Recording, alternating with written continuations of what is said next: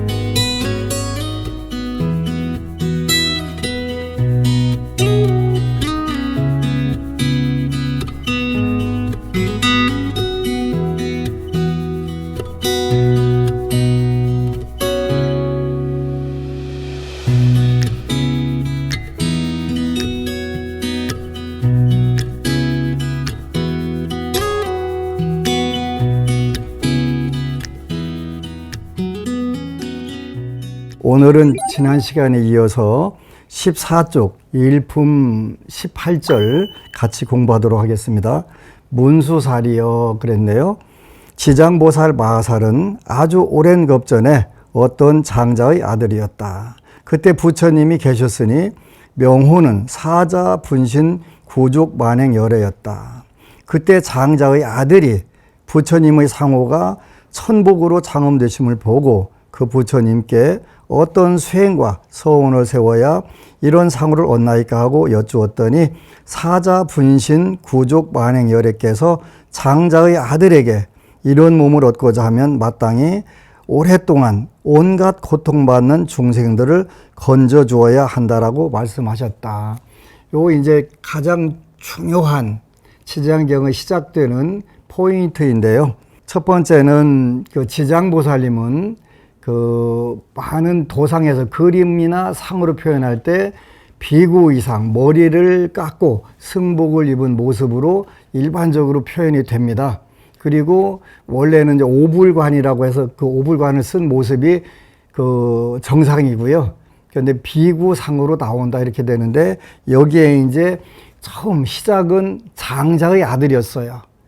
이제 그 뒤에는 그 여성으로 주로 묘사가 됩니다. 그래서 장자의 아들로 그 아들이었는데 그 당시 부처님 계셨는데 이름이 사자, 분신, 구족, 만행, 열애 이렇게 돼요. 요 사자, 분신, 구족, 만행, 열애라고 하는 그 이름이 지장경의 성격을 정확하게 암시하고 가는 그런 경전에 사자라고 하는 것은 부처님 말씀 사자 후 모든 중생들의 번뇌와 무명을 다 깨뜨리는 엄청난 위력을 가진 그러한 말씀의 힘을 우리가 사자후라고 이렇게 표현하니까 사자, 분신, 여기서 이제 그 제2품이 분신 집회품인데 그 요 분신이라고 하는 것은 몸을 전부 나누어서 곳곳에 환경에 시대에 맞게 나타날 수 있다 이런 뜻이 분신이에요. 그러니까 바로 무변신이라고 하는 지장보살님의 특징을 암시하는 그러한 구절이고요. 구족 만행, 갖췄다 하는 게 구족이고, 만행이라고 하는 것은 육도, 육바라밀을 말하는 거예요. 보시, 지계, 인육, 정진, 선정, 반야. 육바라밀을 완벽하게 구족하신 그런 분. 그러니까 그 사자 분신 구족 만행열에는 지장경이 앞으로 어떻게 전개된다 하는 복선, 또 암시, 이 부분에 해당하는 거예요. 그때 장자의 아들이 부처님의 상호라고 하는 것은 32상 80종호라고 그래서 부처님과 전륜 상황이 지니신 신체적 특징을 상징적으로 말하는 거예요. 그래서 상호는 얼굴과 몸의 특징을 말하는 거예요. 그래서 부처님의 상호가 32상 80종호에서 32상, 상자 띄고 80종호, 호해서 32상은 큰 특징, 80종호는 세밀한 특징, 요걸 의미하고요. 부처님의 상호가 천복으로 장엄되심을, 천복을 갖추신 거예요. 그래도 누구든지 부처님의 얼굴이나 몸을 보게 되면 전부 기쁜 마음이 일어나게 되는 거죠. 그래서 장엄되심을 보고 어떤 수행과 서원을 세워야 이런 상호를 얻나이까 하고 여쭈니, 이런 몸을 얻고자 하면 마땅히 오랜 동안 온갖 고통받는 중생을 건져 주어야 한다. 여기 오랫동안, 시간으로는 오랫동안, 그 다음에 내용으로는 온갖 고통받는 중생들을 건져 주어야 한다라고 말씀하셨다. 요게 이제 지장경이 본격적으로 시작되는 이런 부분들인데, 지장경의 성격, 온갖 고통받는 중생들을 구제하기 위한 가르침이 바로 이 지장경이 되는 거죠. 현재 여러분들이 괴롭고 힘들면 지장경을 읽으세요. 지장경은 4가지 수행하는 방법이 있다라고 누누이 강조해 왔는데, 첫 번째가 공양, 두 번째가 예배, 세 번째가 독경, 네 번째가 염송, 염불, 이렇게 말씀드렸어요. 19절 문수살이여, 그때 장자의 아들이 이 말씀을 듣고 나도 미래세의 헤아릴 수 없는 겁이 닿을 때까지 죄로 고통받는 중생들을, 육도 중생을 모두 해탈케 하고서야 내 자신이 불도를 이루리라고 맹세하였다. 그 부처님 앞에서 이 대서원을 세우고 말로 다할 수 없는 백천만억 나유타겁이 지난 지금까지도 보살로 있느니라. 첫 번째, 장자의 아들로 태어나서 나도 미래세에 헤아릴 수 없는 겁이 닿을 때까지 죄로 고통받는 육도 중생을 모두 해탈케 하고서야 내 자신이 불도를 이루리라. 바로 이 부분들에서 사자분신 구족만행열애 앞에서 장자의 아들이 서원을 세운 것이 지장경의 시초가 되고, 서원을 실천하기 위해서 무량 아승기급 백천만억 나유타겁이 지난 지금까지도 보살로 있느니라, 이렇게 말씀하셨네요. 또 아주 오랜 아승기급 전에 나유타겁, 아승기급, 이렇게 우리가 익숙하지 않은 용어가 2개 나왔는데, 나유타겁은 일반적으로 10의 56승이라고 알려져 있고, 아승기겁은 10의 60승이라고 이렇게 알려져 있네요. 그렇게 아주 끝이 없다, 오랜 세월이다, 이런 의미가 되는 거죠. 부처님이 계셨으니 명호는 각화정 자제왕열애라고 하셨고, 수명은 400천만억의 아승기겁이었다. 그 부처님의 상법 시대에 어떤 바라문의 딸이 있었는데 숙세의 복이 두터워 무 사람들의 공경을 받았으며 다니고 머물고 앉고 누움에 천신들의 보를 받았다. 그러나 그 어머니는 사도를 믿어 항상 삼보를 업신여기던 중 그 딸이 여러 가지 방편을 써서 어머니를 이끌어 바른 소견이 생기게 하였으나 그 어머니는 온전한 믿음을 내지 못한 채 죽어 혼신은 무간지옥에 떨어졌다. 두 번째로는, 첫 번째 여기 이제 제1품에는 3분의 부처님 명호가 나온다고 그러는데, 첫 번째 석가모니 부처님, 두 번째가 사자분신 구족만행열애, 세 번째가 각화정 자제왕열애. 각화정 자제왕열애, 요거는 이제 각 깨달음의 각화, 빛날 화자예요. 어떤 깨달음이 빛나냐면 각화정. 그러니까 그 선정, 원만한 선정을 이루셔가지고 그 깨달음이 빛나는, 그리고 자제, 그 몸과 마음과 그 뜻이 모두 자제하신, 마음대로 할 수 있는 그러한 능력을 지닌, 무한한 능력을 가진 왕이다. 그래서 자제왕이라고 표현한 거예요. 그래서 각화정 자제왕열애라 하셨고, 수명은 400천만억의 아승기겁이었다. 그 부처님의 상법시대 이랬네요. 상법시대는 불교의 시대를 구분하는 그 방법이 여러 가지가 있는데, 그 중에서 그 세 가지로 구분할 때가 있어요. 정법시대, 상법시대, 말법시대, 이렇게 표현을 해요. 정법시대는 부처님 제세시를 정법시대라고 하고, 부처님이 열반하신데 500년 후, 이때는 상법시대인데 불상, 보살상들이 등장하는 시대다. 이렇게 일반적으로 표현해서 형상상자 상법시대를 쓰고 있어요. 쉽게 그렇게 이해하시면 좋을 것 같아요. 그 다음에 그 뒤에는 그 1만 년의 말법 시대가 있다. 그래서 이때는 상법 시대, 그 상법 시대에 어떤 바라문의 딸이 있었다. 첫 번째 장자의 아들이 여기에서 이제 그 성이 바뀌어서 여성으로 바라문의 딸로 나오고, 그런데 이제 숙세에 복이 두터워 무사람들의 공경을 받았으며 행주자와 어묵동정, 그러니까 다니고 머물고 앉고 누움에 천신들의 보호를 받았다. 그러나 그의 어머니는 사도를 믿어, 그릇된 도를 믿어 항상 삼보를 업신여기던 중 그 딸이 여러 가지 방편을 써서 어머니를 이끌어 바른 소견이 생기게 하였으나 그 어머니는 온전한 믿음을 내지 못한 채 죽어 혼신은 무간지역에 떨어졌다. 사도를 믿었다. 사도의 내용이 뭔가 이제 그거 나올 거예요. 일품 21절, 그때 바라문의 딸은 어머니가 살았을 때 인과를 믿지 않아 업에 따라 틀림없이 악도에 갔을 것으로 짐작하여 집을 팔아 마련한 향과 꽃과 여러 가지 공양물로 부처님의 탑사에 큰 공양을 올리고 그 절에 모셔진 각화정 자제왕 열애의 상을 보니 불상과 탱화의 위용이 단정하고 엄숙하셨다. 그래서 여기 어머니는 사도를 믿어 했는데, 사도의 첫 번째 이유가 뭐였냐면 인과를 믿지 않는다고 그래서요. 인과를 믿지 않으면 악도에 떨어진다. 악도에 떨어질 것으로 짐작을 한 거잖아요. 그래서 석가모니 부처님이 그 우리 사바세계에 오신 가장 그 위대한 뜻이 두 개가 있다면 바로 윤회를 정확하게 알려주시고 또 인과합법을 정확하게 알려주신 거예요. 이것보다 더 중요한 건 없어요.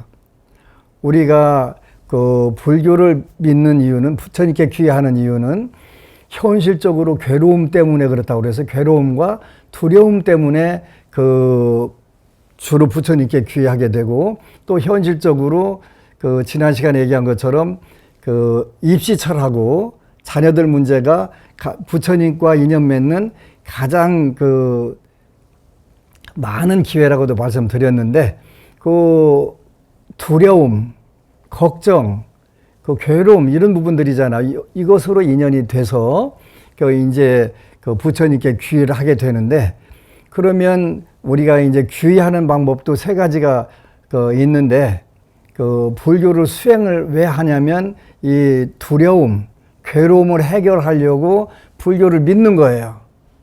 이걸 믿는데 첫 번째는 이제 현실적으로 뭐 우리들이 사는 문제들, 생로병사 뭐 이런 것까지는 안 가더라도 현실적으로 자녀들의 입시 문제, 또 자녀들이 그 공부할 때 방황하는 문제, 또 때로는 뭐 직장이라든가 이런 걸 구하는데 쉽게 되지 않는 문제, 이런 인연으로 해가지고 부처님을 믿게 되는 그런 부분들인데, 바로 두려움과 괴로움을 쉽게 해결하고자 우리가 부처님께 귀의하는 거예요.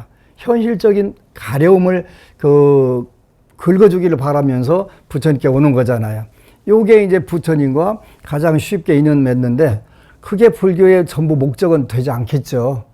그래서 우리가 좀 더 그 뜻을 우리가 열심히 기도하다 보면, 이거 소원을 성취하고 난 뒤에 일반적으로 그러면 신정으로 부처님 법이 뭐야? 이때는 이제 우리가 세 가지 단계로 귀해할 수가 있는데, 다음 생도, 다음 생은 그럼 어떻게 될까? 이런 의문이 들을 때가 있어요. 금생은 내가 기도를 해서 소원 성취를 다 잘하고 비교적 원만하게 살았네? 아니면 정말 힘들게 살았네? 만약에 다음 생이 있다면 다음 생은 내가 어떻게 살까? 이런 두려움 또 그 걱정거리가 들었을 때가 있잖아요. 그러면 이때부터 우리가 본격적으로 부처님께 제대로 그 귀의를 하고, 그래, 불교 공부 한번 해보자. 요게 이제 첫 번째 그 단계에 그 부처님께 귀의하는 거예요. 제일 중요한 거죠. 그렇게 윤회와 인과를 좀 제대로 알고, 내가 그 윤회를 인정하고 인과를 믿어가면서 금생에 내가 할 수 있는 일을 통해서 내 운명을 업그레이드 해봐야 되겠다, 이 생각을 하게 되잖아요. 그때 이제 우리가 귀의하는 마음이 생긴 거예요.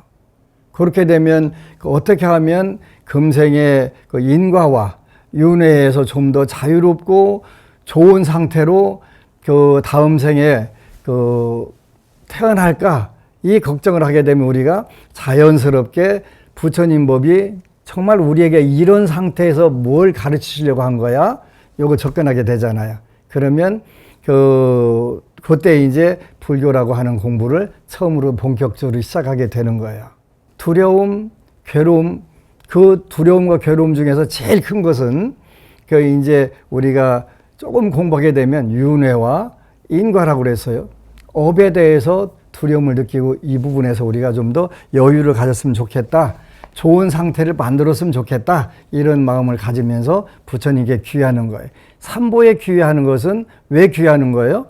삼보는, 불법성 삼보는 우리가 윤회와 업으로부터 자유롭게 해줄 수 있는 능력과 공덕을 가지고 있다는 걸 우리가 인정하는 거예요. 우리를 윤회로부터 자유롭게, 인과로부터 좋은 쪽으로 나갈 수 있게 만들어주시는 능력, 그 다음에 공덕, 이 두 가지를 갖추고 계신 거예요. 생사의 바다에서 누구도 건네줄 수 없는데 바로 삼보님만 이걸 가능하기 때문에 우리는 당연히 그 능력과 공덕을 믿고 따라가는 거예요. 우리는 윤회와 업에서 절대로 자유로울 수가 없어요. 그동안 10만 명 정도를 그 인생 상담을 해가면서 이게 윤회를 결정짓는 업이라고 하는 게 완벽하게 정해져 있네. 우리에게 과연 자유의지가 얼마나 있을까? 이런 생각들을 많이 하게 된단 말이에요. 그래서 여기에서는 어머니가 살았을 때 인과를 믿지 않아. 업에 따라 틀림없이 악도에 갔을 것으로 짐작하여 공양물을 준비하고 예배를 하고, 이 두 가지가 여기 나오는 거예요. 일품 22절, 파라몬의 딸이 조난을 공경이 우러르며 각화정자제왕열의 물의 그 불상과 탱화를 공경이 우러르며 부처님은 대각이시라 온갖 지혜를 갖추었으니 만약 세상에 계셨더라면 제 어머니가 돌아가신 뒤에 여쭈어 보아 반드시 간 곳을 알았을 텐데 라고 생각하고는, 그리고 부처님은 앞에서 그 언급한 것처럼 큰 지혜와 신통력을 갖추신 분이라고 그랬죠. 그 내용이 뭐라고 그랬어요? 큰 지혜는 그 숙명명, 윤회를 아는 그 지혜, 천한명, 인과를 아는 지혜, 누진명, 윤회와 인과로부터 완벽하게 자유로워지는 지혜, 요걸 삼명이라고 그랬고 그걸 큰 지혜라고 표현했다고 그랬어요. 그 다음에 요것을 능력으로 바꿀 때는 육신통, 그래서 숙명통, 천한통, 누진통, 거기다 타심통, 남의 마음을 꿰뚫어오는 타심통, 천이통, 모든 소리를 다 들을 수 있는 그 능력, 천이통, 그 다음에 내가 갈 수 있는 어느 곳이든 다 갈 수 있는 신족통, 천상, 인간, 아수라, 지옥아기, 축생을 마음대로 다닐 수 있는 능력이 신족통이라고 그랬어요. 이런 능력, 그러니까 큰 지혜와 신통력이 있기 때문에 그래서 대각이다 이렇게 표현하신 거고, 온갖 지혜를 갖추었으니 삼명과 육통을 갖추었으니 만약 세상에 계셨더라면 제 어머니가 돌아가신 뒤에 여쭈어보아 반드시 간 곳을 알았을 텐데 라고 생각하고는 오래도록 슬피 울며 열애를 우러러 바라보니 갑자기 공중에서 울고 있는 성녀여 너무 슬퍼하지 말라. 내가 지금 그대의 어머니가 간 곳을 보여주겠다라는 소리가 들려왔다. 일품 24절 그녀는 합장하고 공중을 향하여 어떤 신덕이신데 제 걱정을 풀어주려 하십니까? 저는 어머니가 돌아가신 뒤 밤낮 생각하였으나 어머니가 다시 태어난 곳을 여쭤볼 곳이 없었습니다라고 하였다. 그때 공중에서 또 나는 그대가 예배한 과거의 각화정자재왕 열애이다. 그대가 어머니를 생각하는 정이 다른 중생들보다 훨씬 많으므로 그대에게 알려주는 것이다 라는 소리가 들렸다. 바라문의 딸은 이 소리를 듣고 너무 감동하여 몸부림치다 온몸을 다쳤다.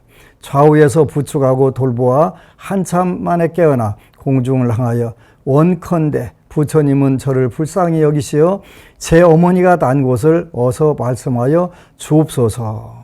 저는 머지않아 죽을 것만 같습니다라고 하였다.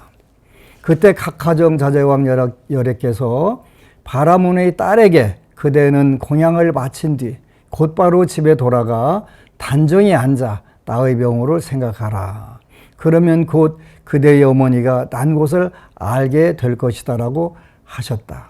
바라문의 딸은 예물을 마치고 부처님께 거듭 절하고는 곧 집으로 돌아와 단정히 앉아 어머니를 생각하며 하루 밤낮이 지나도록 각화정자재왕 열애를 염불하다 문득 보니 자신이 어떤 바닷가에 와 있었다.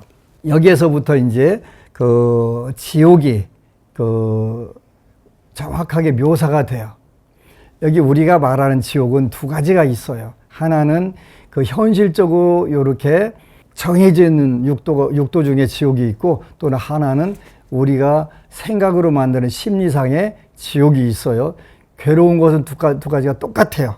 끓고 있는 바닷물 위로 몸이 쇠로 된 많은 험악한 짐승들이 동서로 날아다니고 있었고, 바닷속에는 100,000만이나 되는 남녀들이 물에 빠져 허우적거리다 그 험악한 짐승들에게 잡아먹히는 곳이 보였다.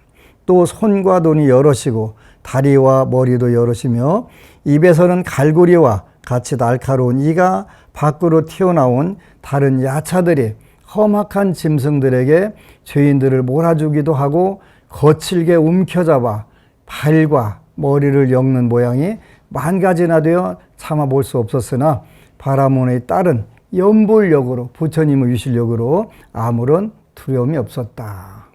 우리가 그 많은 불자들이 주로 불자들이 지옥을 거부하고 그 불신을 해요. 그런데 육도는 현실로 존재해요.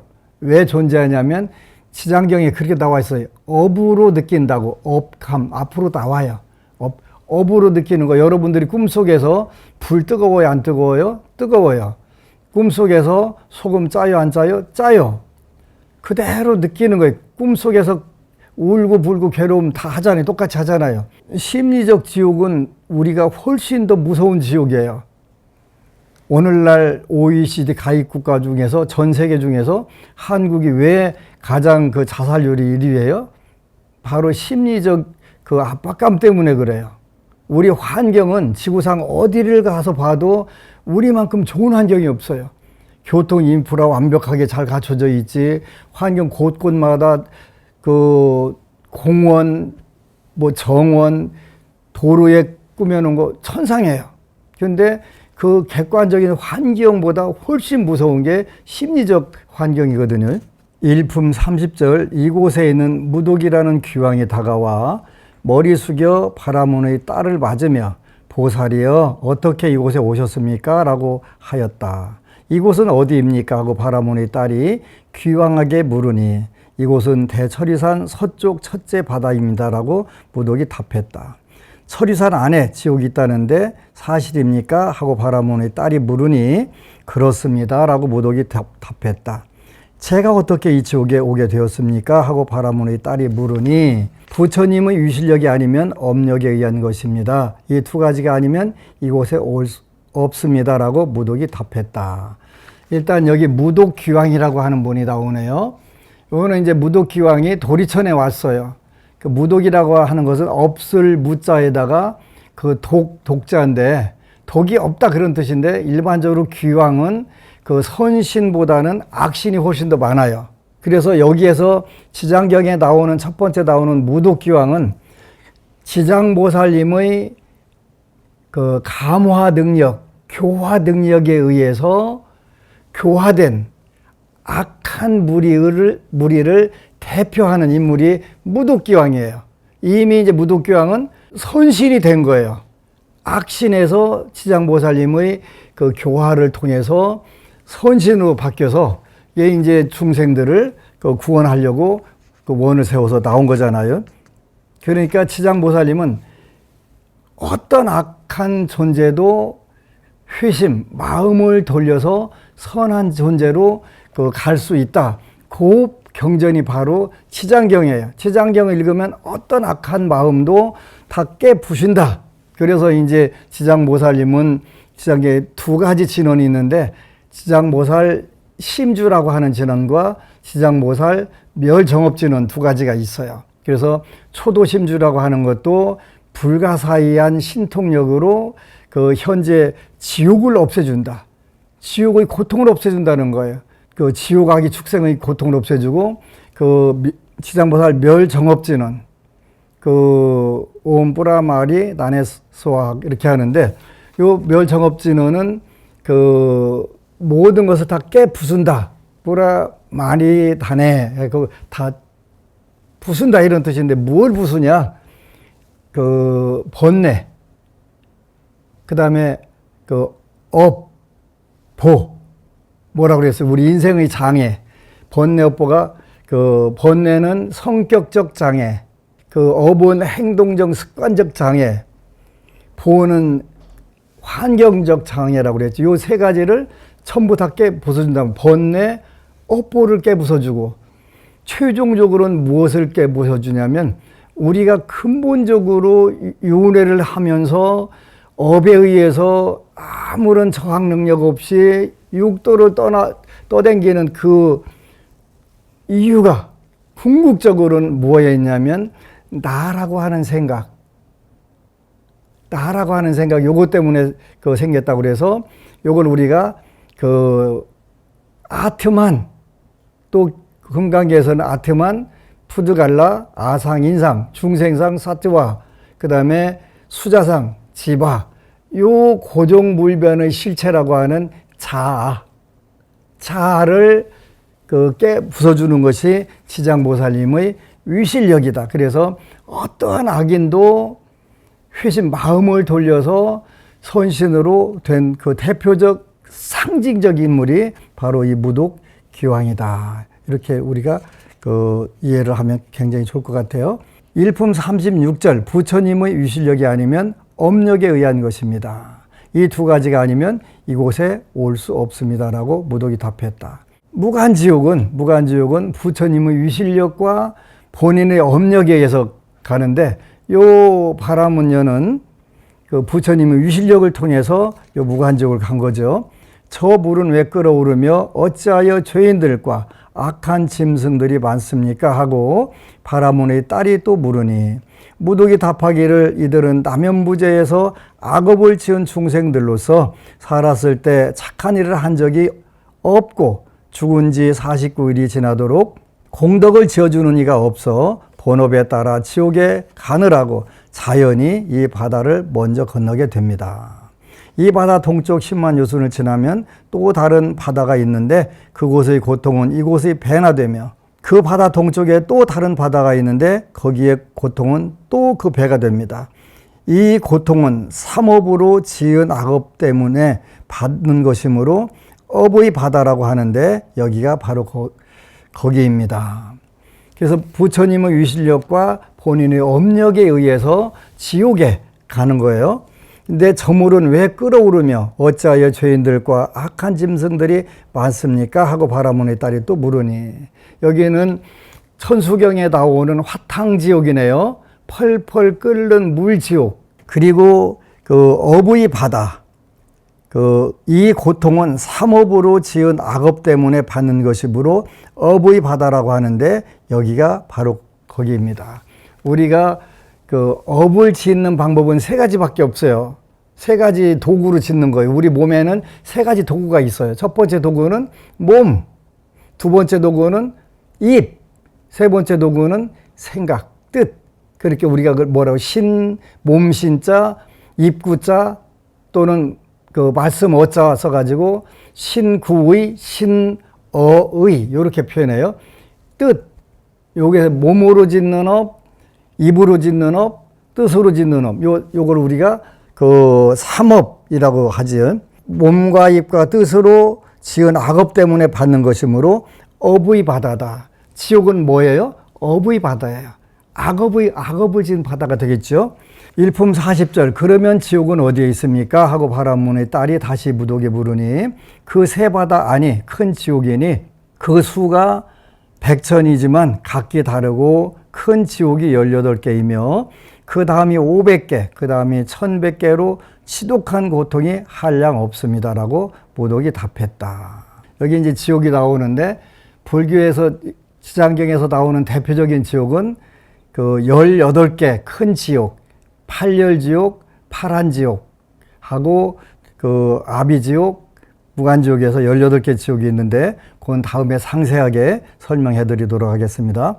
제 어머니가 돌아가신 지 오래되지 않았는데 혼신이 어디에 갔는지 알고 싶습니다 라고 바라문의 딸이 또 말하니, 보살의 어머니는 생전에 어떤 일을 했습니까? 라고 무독이 물었다. 제 어머니는 그릇된 소견으로 삼보를 허뜯었고 간혹 잠깐 믿다가도 이내 불경한 짓을 저지르곤 했습니다. 돌아가신 지 오래되지 않았으나 어디에 있는지 모릅니다라고 바라문의 딸이 대답했다. 그릇된 소견으로 삼보를 헐뜯고, 그러죠? 삼보를 비난하는 게 굉장히 큰 업이 되는 거예요. 조심해야 돼요. 모르면 모른다고 하고 입 다물고 있어야 돼요. 앞에서는 뭐라고 그랬어요? 인과를 믿지 않는 거하고 삼보를 헐뜯는 것이 가장 큰 업이 되는 거예요. 어머니의 성씨가 무엇입니까? 하고 물으니, 제 부모는 모두 바라문인데 아버지는 시라선현, 어머니는 열재리입니다라고 답하자. 무독이 합장하며, 보살은 근심하거나 슬퍼하지 말고 돌아가십시오. 열재리 죄녀가 천상에 단지 사흘이 지났습니다. 효순한 자식이 어머니를 위해 공양을 올리고 복을 닦아 각화정자재왕열애의 탑사에 보시한 공덕으로 보살의 어머니뿐만 아니라 무간지옥의 죄인들이 함께 천상에 나는 즐거움을 받게 되었습니다. 여기 보면은 시라선현, 시라는 계율을 잘 지키는 복이 많은 존재, 시라선현, 아버지. 열재리는 기쁨의 천신, 이런 뜻이에요. 그러니까 여기도 우리 부모님들, 모든 중생들의 부모님들이 어떻게 해야 된다 하는 그런 상징적 인물로 시라선현, 계율을 잘 지키고 복덕행을 잘 실천해서 선현, 잘 나타난 자, 잘생겼다는 뜻이에요. 복덕과 지혜를 잘 갖췄다는 뜻이고, 열재리는 기쁠 열자에다가 재리는 인드라, 천신이라는 뜻이에요. 기쁨의 천신. 그래서 시라선현과 열재리가 부모님들의 모델이다. 이렇게 해서 계율을 청정하게 잘 지키는 신사. 그래서 우리가 청신사, 불교의 남자 신도를 청신사라고 표현하고, 열재리, 기쁨과 무한한 복덕을 베푸는 사람, 열재리, 이렇게 표현한 거예요. 우리가 한 사람이 천하를 바꿀 수도 있는 것처럼 요 바라문녀가 어머니를 위해서 부처님께 공양하고 예배하고 연불을 했던 공덕으로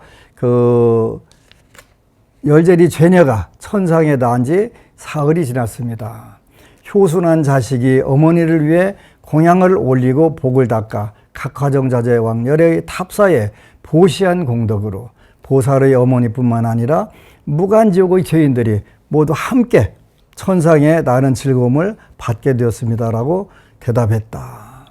무더기 발을 마치고 합장하며 물러가니 바라몬의 딸은 꿈결같이 돌아와 이 일을 깨닫고 곧 각화정 자제왕 열애의 탑전에서 큰 서원을 세우기를 원컨대 저는 미래겁이 다하도록 죄고 중생을 위하여 널리 방편을 펴서 그들을 해탈하도록 할 것입니다라고 하였다. 여기서 이제 두 번째 지장보살님의 전생이 바라문여 때 다시 서원을 세우는 거예요. 그게 부처님 그 본생담을 보면 계속적으로 부처님을 만나서 수기를 받고 또 이런 서원을 지속적으로 세우는 거예요. 원컨대 저는 미래겁이 다하도록 죄고 중생을 위하여 널리 방편을 펴서 그들을 해탈하도록 할 것입니다. 장자의 아들로 태어나서 서원을 세웠던 것을 다시 또 각화정 자제왕 열애 앞에서 바라문여는 이런 원을 세운 거예요. 부처님께서 문수사리에게 말씀하셨다. 그때의 무독은 지금의 제수보살이고 바라문의 딸은 지금의 지장보살이니라. 그래서 여기 이제 보살은 세 분이 나오는데 첫 번째 문수사리 보살, 그 다음에 이제 제수보살. 제수보살 굉장히 재미있어요. 지장경은 그 단순하게 조상 천도하는 경전이 아니라 무독이라고 하는 악한 귀왕이 그 마음을 돌려서 회심을 해서 보살로 탄생을 하신 거예요. 보살이 되신 거예요. 그 중에서 어떤 보살이 됐냐면 제수보살이 돼서 영어로는 웰스 또는 아니면 그 재물을 상징하는 요런 보살이라고 나와요. 요 굉장히 중요하게 그 번역이 되고 있고 제수보살하고 똑같은 성격을 지닌 분들이 그 사천왕정의 그 북방 다문천왕, 참발라 또 다문천왕, 비사문천왕 이런 재물신으로 굉장히 숭배를 받고 인기 스타더라고요. 이 제수보살이요.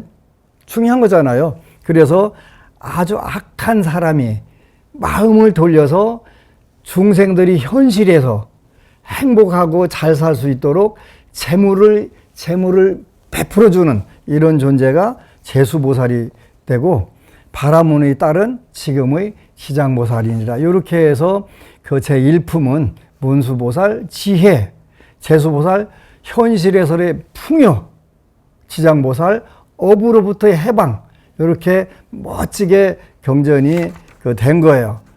여러분들은 지장경을 처음 기도하는 분들은 일단은 숫자를 한 번이라도 더 읽으세요. 그러면 여러분들 마음에 빨리 새겨지니까 여러분들이 새겨질수록 여러분들이 번뇌, 업보, 자아의식까지 여러분들을 가장 괴롭히는 게 자아의식인데 근본적으로 근데 그것까지도 깨트려 보시는 게 멸정업지는 그거를 지옥을 없애는 게 지장보살 심주 이런 분들 통해서 여러분들은 가장 빠르게 여러분들이 행복과 성공을 찾을 수 있는 지름길이 될 거예요.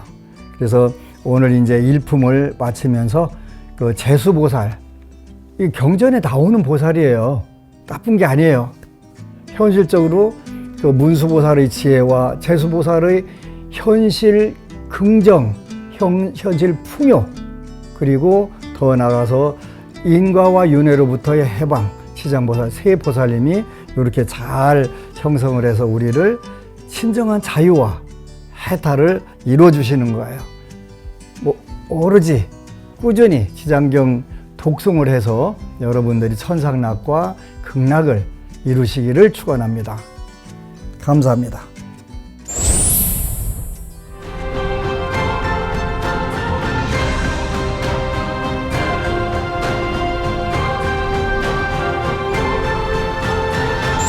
운명을 바꾼 사람들, 오늘 또 안심정사 카페와 방송 댓글로 보내주신 여러분들의 사연 만나보겠습니다.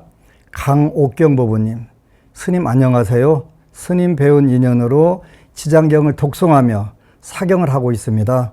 지장경 법문을 듣고 나서 사경을 하니 더욱더 이해가 빠르고 저의 문제가 뭔지를 깨닫게 되니 환희심이 생깁니다.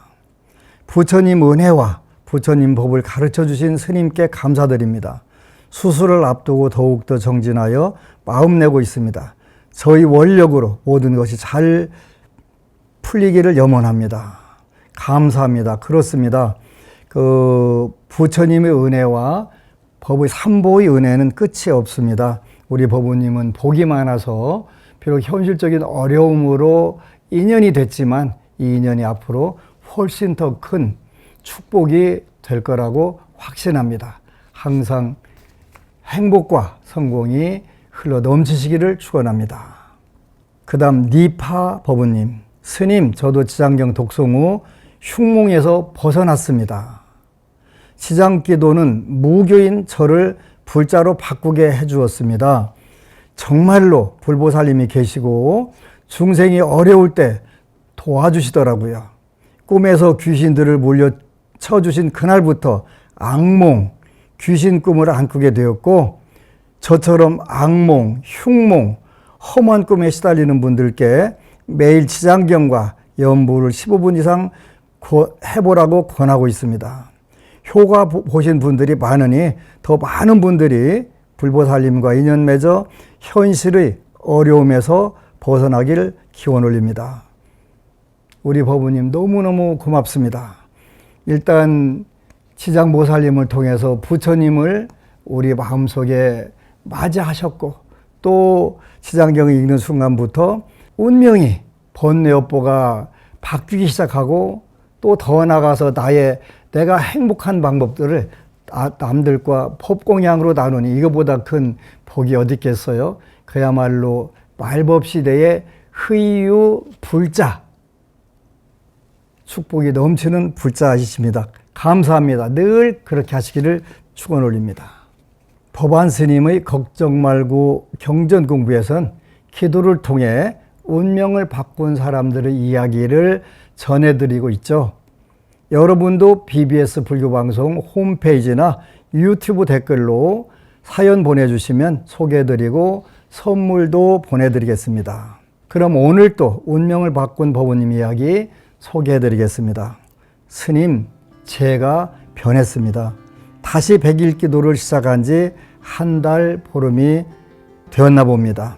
이번에는 스님 가르침대로 제 자신을 바꾸는 기도를 시작했습니다. 그동안은 누구 때문에 하는 생각으로 남편을 미워했습니다. 남편이 저를 힘들게 한다고 말이죠. 정말 많이 힘들었습니다. 2년 전 법안 스님 만나 뵙고 기도 열심히 하라고만 하셔서 참 열심히 했습니다. 그랬더니 얼마 지나지 않아서 살림살이도 마음도 무척 편안해졌습니다. 그런데 그것이 또 하나의 화를 불렀습니다. 어려울 때는 오직 기도에만 매달렸는데 사는 게 조금 편안해지니까 기도를 슬슬 안 하게 되더라고요. 항상 마음으로는 해야 하는데 하면서 2년이란 세월이 흘렀습니다. 그러자 제게 또 시련이 찾아왔습니다. 스님께 염치불구하고 여쭈어보니 기도부터 해보고 이야기하자 하시더군요. 그래서 남편이 바뀌게 해달라고 기도를 시작했습니다. 그런데 일주일이 지나니 그게 아니었습니다. 한참을 기도하고 있는데 기도하는 제 처지가 서럽고 남편에 대한 미움이 솟아나 한없이 눈물이 나왔습니다. 그러고는 한순간 이게 아니구나, 나 자신을 바꿔야 한다 생각이 들었어요. 그 후로는 저의 어떤 점이 잘못되었는지를 짚어보고 저의 잘못을 바꾸게 해달라는 서원을 생각하며 열심히 기도했습니다. 또 참회의 눈물이 나더군요. 그동안 마음속에 쌓였던 미운 마음들이 한없이 올라오며 녹아 없어지는 것을 느낄 수 있었습니다. 그렇게 얼마의 시간이 흘렀는지도 모르고 기도를 했어요. 한참 만에 고개를 들어 부처님을 보니 환하게 웃고 계시더라고요. 아하, 스님께서 기도부터 해보고 이야기하자 하신 이유를 조금은 알 것도 같았습니다. 스님께 말씀드렸더니 크게 웃으시고는 앞으로도 몇 번의 고비가 더 있다고 말씀해 주셨습니다. 스님, 지금까지 저는 제 자신을 바꾸는 기도를 이어가고 있습니다. 시간이 갈수록 스스로가 조금씩 바뀌고 있음을 느낍니다. 남편 또한 느끼고 있는 것 같아요. 지금은 화가 오르려고 하면 얼른 기도로 바꿉니다. 그러니 싸울 일도 조용히 넘어가게 됩니다. 예전 같으면 치고 올라오는 그 마음으로 인해서 제 마음도 집안도 시끄러웠을 텐데 모든 것이 다 기도 덕분이 아닌가 싶습니다. 스님 말씀대로 생각이 바뀌면 행동이 바뀌고 자신의 운명이 바뀐다는 것을 굳게 믿으며 앞으로 찾아올 고비도 기도로 무사히 넘겨보고 싶습니다. 항상 지혜로 이끌어주시는 스님께 감사드립니다. 법우님 정말 고맙습니다. 제 말씀을 믿고 따라주셔서 감사드리고 또 처음에 그 나의 가렵고 힘든 부분을 해결하려고 시작했던 기도가 이제 차원을 더 높여가면서 그 나를 바꾸고 또 세상이 아름답게 바꿔지도록 그 원력을 세운 마음, 바로 그 장자의 아들 바라문의 딸이 세웠던 원력과 똑같습니다. 우리 법우님이 지장보살님이십니다. 그 역할을 주위에 널리 해서 많은 불자들이 행복과 성공을 공유할 수 있도록 애써주시기를 축원합니다. 고맙습니다. 법안 스님의 걱정 말고 경전 공부 함께 공부하셨습니다. 미움은 미움을 먹고 자란다고 하지요. 자꾸 분하다, 억울하다, 밉다 이런 마음을 자꾸 내면 그런 부정적인 마음이 점점 더 커지게 마련이죠. 나쁜 마음이 올라올 때 얼른 기도로 바꾸는 지혜, 항상 긍정적인 삶을 사셨으면 좋겠습니다. 정말 잘 돼 할 수 있어. 법안 스님의 걱정 말고 경전 공부 마치겠습니다. 오늘도 함께 해주신 여러분 감사합니다.